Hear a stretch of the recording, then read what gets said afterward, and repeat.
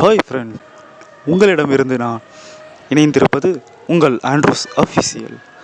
என்னங்க, நம்ம மார்வல் யூனிவர்ஸ்லேயே ஒரு பெரிய ஒரு அப்டேட்டை கொடுத்துருக்காங்க. நம்ம மார்வல் புதுசாக கொடுத்தாலே நம்ம ஸ்பைடர்மேன் பற்றியும், என்ன ஸ்பைடர்மேன்லேயே நிறைய யூனிவர்ஸ் இருக்குது, அதை பற்றியும் தான் கொடுப்பாங்க.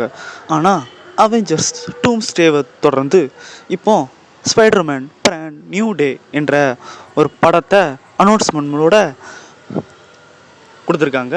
அது வந்து ஜூலை 31, 2026 ரிலீஸ் ஆகிருக்குன்னு சொல்கிறாங்க. அதுக்காக நம்ம இப்போ 15 மந்த் வந்து வெயிட் பண்ணணும். அதை தொடர்ந்து இப்போ அவெஞ்சர்ஸ் டூம்ஸ்டே மே மாதம் 2026 ரிலீஸ் ஆகும்னு சொல்கிறாங்க.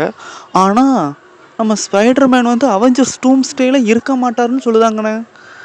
அதை ஒரு பெரிய ஒரு ட்விஸ்ட்டாகவே கொடுத்துருக்காங்க. நம்ம மார்வல் தரப்புலேருந்து ஒரு பெரிய இல்லாத படமே எப்படி நம்ம டூம்ஸ்டேவா பூமியில் வந்து இடிக்குமோ அதே மாதிரி நம்ம மூளையை இடிக்கிற மாதிரி இந்த ஒரு பெரிய அப்டேட்டை கொடுத்துருக்காங்க நம்ம மார்வல். ஆனால் தேனோஸ் போட்ட ஒரே ஒரு சொடக்கால ஸ்பைடர்மேன் இந்த படத்தில் இல்லைன்னு சொல்கிறாங்க. அது எப்படிங்க சாத்தியம்?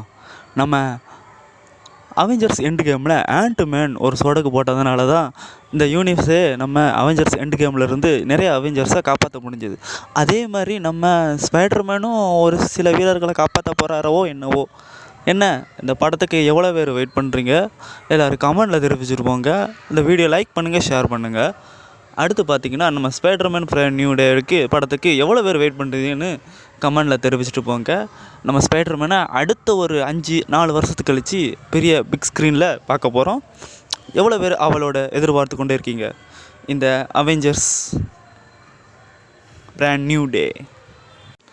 அடுத்து நம்ம ஃபென்டாஸ்டிக் ஃபோரை பற்றி அடுத்த கருத்துக்களை அடுத்த நம்ம வீடியோவில் சந்திப்போம்.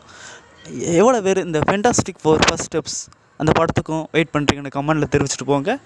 மீண்டும் இந்த வீடியோவில் அடுத்த வீடியோவில் சந்திக்கலாம். நன்றி, வணக்கம். Andrews official.